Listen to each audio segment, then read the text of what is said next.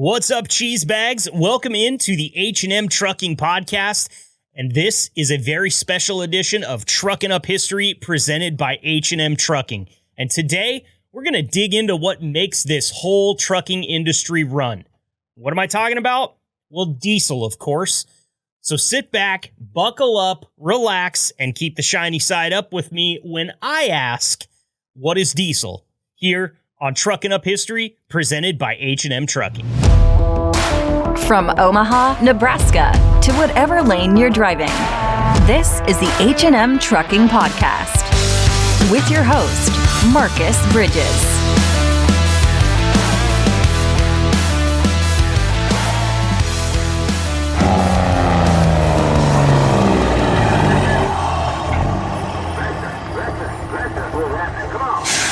All right, drivers, being holiday weekend, we got a bunch of stuff coming up, so I'll try to be quick. In New Orleans, the Jazz and Heritage Festival going on the 25th through the 5th. Thunder Beach Spring Rally is in Panama City, Florida from the 1st through the 5th. Bike Stock, Oklahoma is in Depew, I guess I'm saying that right, from the 2nd through the 5th. The Steel Horse Rallies in Fort Smith, Arkansas, the 3rd and the 4th. Shaky Knees Music Festivals in Atlanta, the 3rd through the 5th. Beach Life Festival in Redondo Beach, California, the 3rd through the 5th. The Soul Bloom Music Festivals in Sacramento, the 3rd through the 5th. Lovers and Friends Festivals in Las Vegas on the 4th. And NASCAR is hitting the Advent Health 400 in Kansas City on the 5th. Wow, watch out for those rolling roadblocks and be careful out there. I'm 10-10 on the side.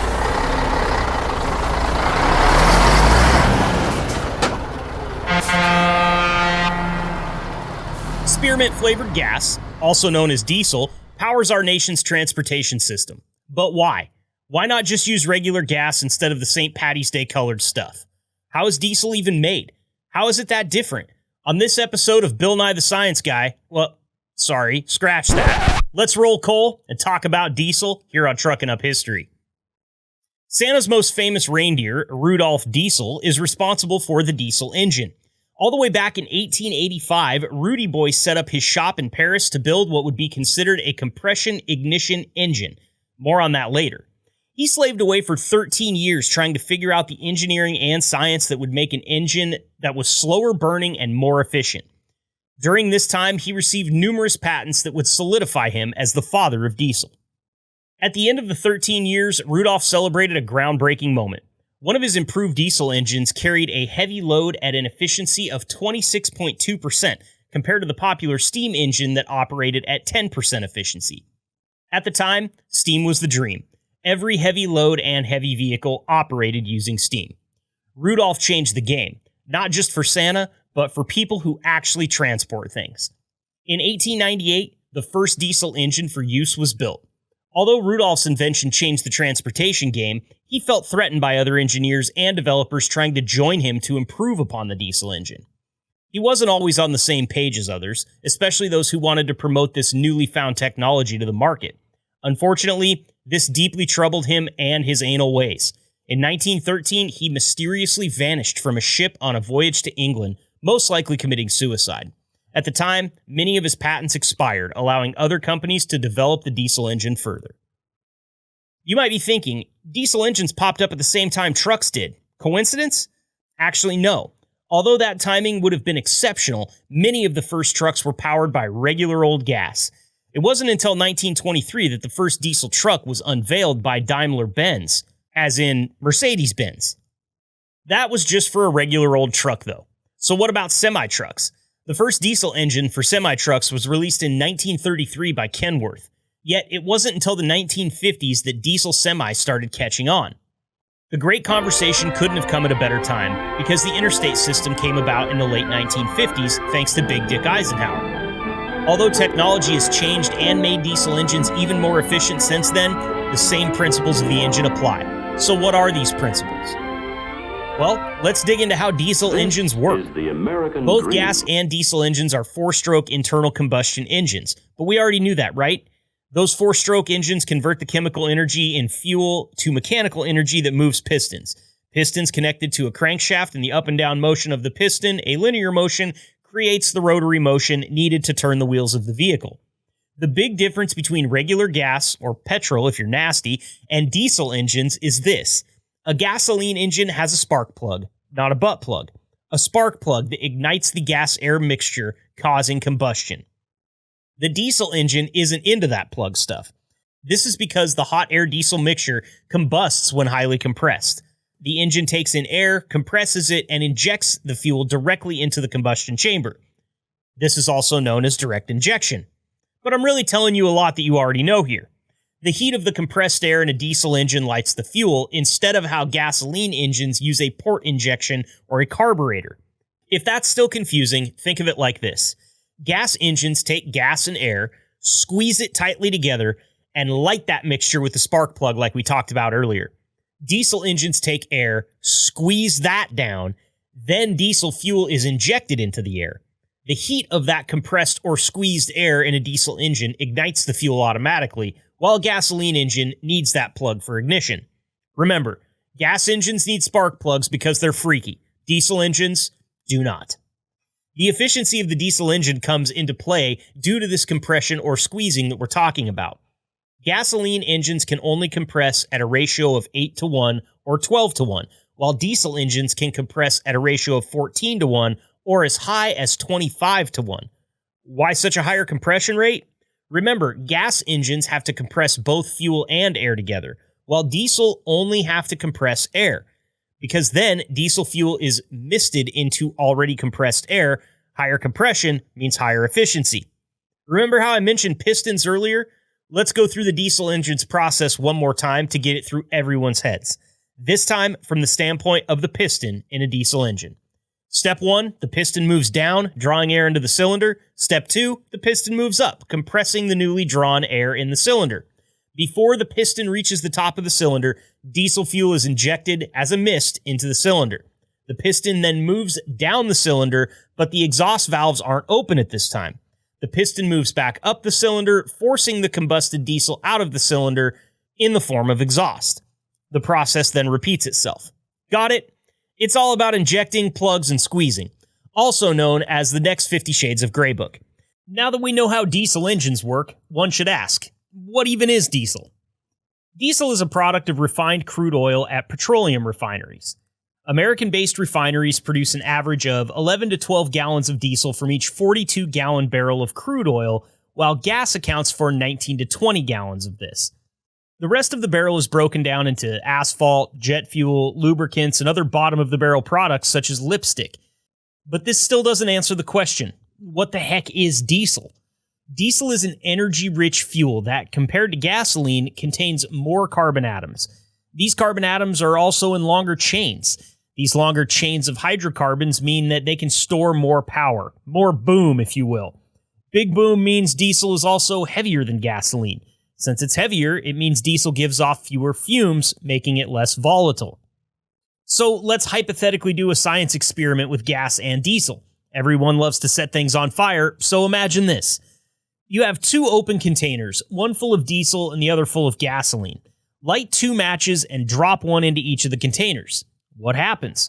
Well, many of us know the gasoline container will burst into flames. However, will the diesel container do the same?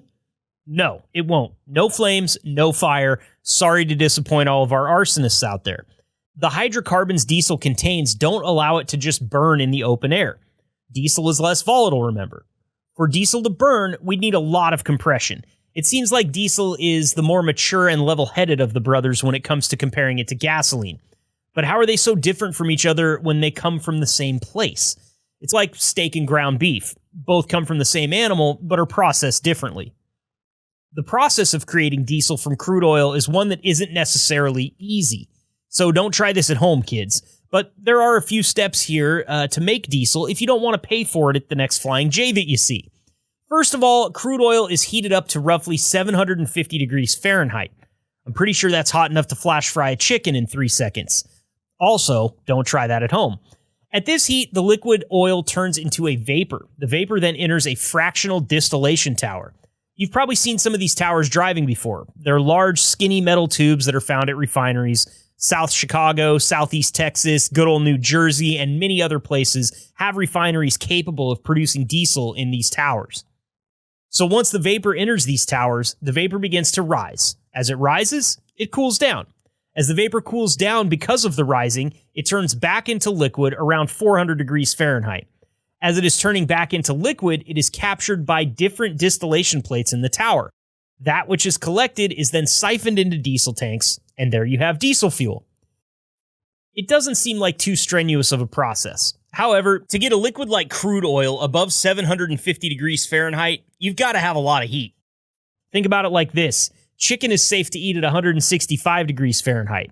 To get it there, you have to cook it for some time at heats 300 plus degrees Fahrenheit. So imagine how hot you have to cook oil if you want it to get to 750 degrees. A Samsung oven ain't going to cut it, and neither will your Traeger or your air fryer. Now, we already know that cooking gas and diesel isn't necessarily the best thing for the environment, but there is a difference between the way that gas and diesel impact the environment once in use. That is, if you are driving a vehicle operating on gas, you will be emitting more carbon dioxide and carbon monoxide than a vehicle with diesel. This is surprising to many people because diesel vehicles, like semi-trucks, tend to be larger, and the majority of people think larger vehicle, larger emission of carbon dioxide and monoxide. If you didn't know, carbon dioxide is the largest greenhouse gas contributor in the world. It accounts for roughly 76% of all greenhouse gas emissions. So gas-powered vehicles are worse for the environment, right? Well, it's a double-edged sword. The reason diesel vehicles emit less carbon dioxide and monoxide is because of the type of hydrocarbon it contains. We won't get into the chemistry for this for the sake of sanity, my own and yours, so you'll have to trust me on this. But while diesel releases less carbon dioxide and monoxide, there's an opposite reaction as there is in many things. Diesel vehicles instead release higher levels of nitrogen dioxide and soot. Larger amounts of nitrogen dioxide is a fun little thing that has been linked to respiratory problems in humans all the way up to lung cancer. Unfortunately, it releases double of what gas vehicles do. Nitrogen dioxide also has a global warming potential 300 times that of carbon dioxide. So, saying it isn't the best for greenhouse gas emissions is probably an understatement. However, it's not the largest problem, surprisingly. That's because soot is released at 10 to 20 times higher rates in diesel vehicles. Soot is a main contributor to smog, health conditions such as asthma, cancer, and heart disease, as well as acid rain. But who doesn't love to be rained on by a little bit of acid while listening to Led Zeppelin at Woodstock? We need to do another hypothetical experiment, though, with fire this time, to demonstrate how much soot diesel fuel produces compared to gas. So put your arsonist hat on again, and let's do this. Imagine this. You have an open flame from a Bunsen burner, gas in a spray bottle, and diesel in a spray bottle. Spray the gas over the Bunsen burner first. You'll see it's super quick to dissipate. Now spray the diesel over the Bunsen burner. It dissipates much slower and leaves a larger black cloud. That is soot. Let's take it one step further. Get 2 2-liter pop bottles and cut the bottoms off so they fit over the burner. Spray one with gas, it just lights on fire. Yay. Now blow it out unless you want to watch it burn. Now do the same thing with the other pop bottle, but spray it with diesel. It lights on fire, but then look into the bottle. What do you think you'd see? The answer is a 4-letter word that rhymes with foot. Take a paper towel and clean the inside of the pop bottle. That paper towel will have a lot of black particles on it, just as we thought. That's soot. While diesel engines produce more soot and therefore are harder to clean, some people really love their soot. This is because of the behavior that is rolling coal. You might see some of the cool kids out there doing this, but it doesn't mean that you have to. Rolling coal is basically when you make your diesel engine fart a giant black soot cloud of its exhaust. Although the Clean Air Act prohibits this type of behavior, any driver can roll coal by getting under the hood and increasing the amount of fuel entering the engine. Back in the day, rolling coal was popular in tractor pulls, but in the mid-2000s, rolling coal became a form of freedom and protesting. Today, many people just think that those that roll coal need to get their engine fixed. However, most people who do this do it intentionally. So the next time you see a trucker or a four-wheeler rolling coal, just think to yourself, wow, that person is so much cooler than me. Because obviously they are, since they're letting you know by rolling coal. To combat these hardcore drivers is a hippie-loving goodie known as biodiesel. Biodiesel is a fun invention that makes diesel engines a little less terrible for the environment. Biodiesel consists of vegetable oil or animal fat in combination with the classic diesel fuel. Biodiesel can be easily made by just about anything. Corn, soybeans, cow fat, or even human fat could technically be used in the creation of biodiesel. What's crazy is that biodiesel can be used in pretty much all standard diesel engines with the use of filters. It's almost always blended, but could technically be used in its pure form. However, the standard blend is 20% bio and 80% diesel, and in the US, the most common oil used is soybean oil. Many government incentives have been handed out to refineries to produce bioproducts because it's better for the environment, performs better, is renewable, and if spilled would not cause nearly as much damage to the environment. Seems like a win to me. Our father of diesel, Mr. Rudolph himself, actually used peanut oil with his diesel in his first engine. This isn't a new concept, it's just one some people are hesitant about because they're not really informed about how it works. Actually, if you aren't using biodiesel, there is still some bio in your fuel, roughly 1% at least. This is because it makes for a great lubricant, meaning there's less wear and tear on your engine. So whether or not, your diesel vehicle is probably lubed up with some soybean oil. And who are we kidding? Soybean oil is the best lube for other extracurricular activities too. I'm certain of it. The science behind biodiesel is once again complicated, but what you need to know is that animal fats, plant oils, and cooking oils have stuff in them called triglycerols.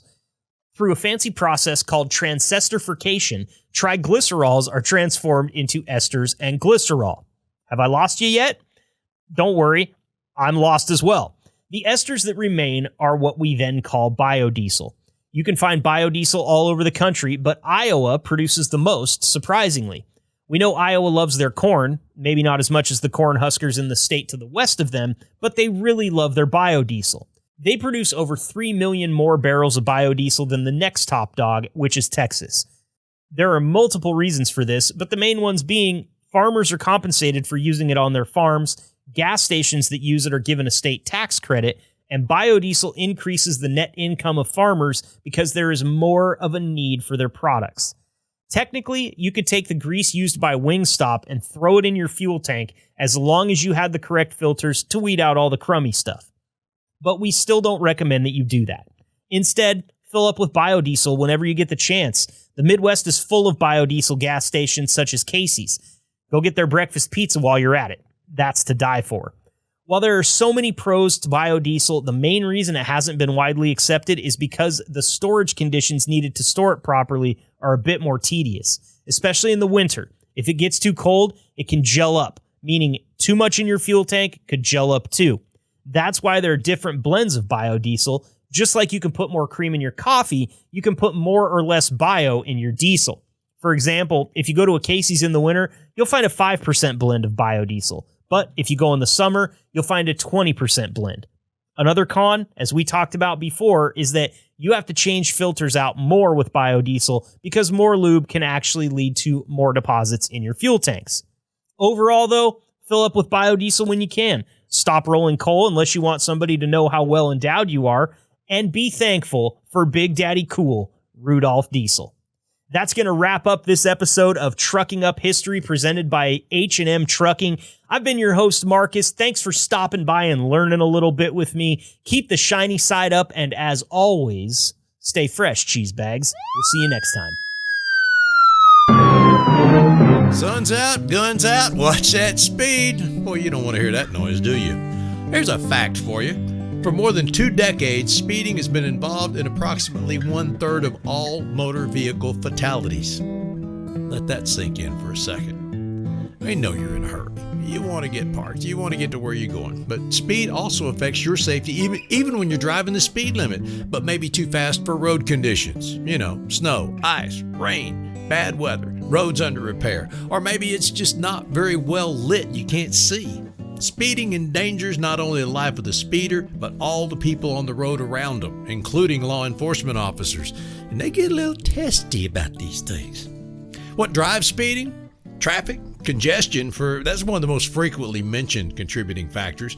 And it leads to aggressive driving, like including speeding, changing lanes frequently, or becoming angry because somebody got in their way. How about running late? That's always a good one. Anonymity. Might not have thought of that, but you kind of get isolated in your car. You think you can do things that, grandma, sweet little grandma that would never hurt a fly. Boy, she can be hell on the road, can't she? And some people just, they don't care. Disregard for others and the law.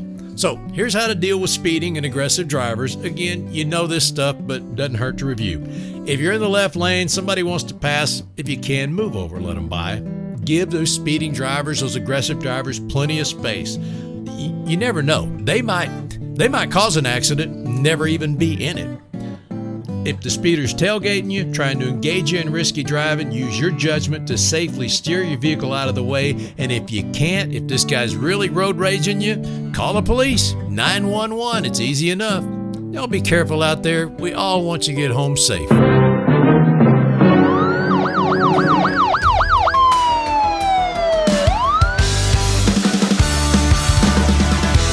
Thank you for listening to the H&M Trucking Podcast. Please leave a review, subscribe, and connect with Marcus over at the H&M Trucking social media channels. And if you're considering a job at H&M, find us at hmtrucking.com. Until next time, stay safe and ahead of the curve drivers.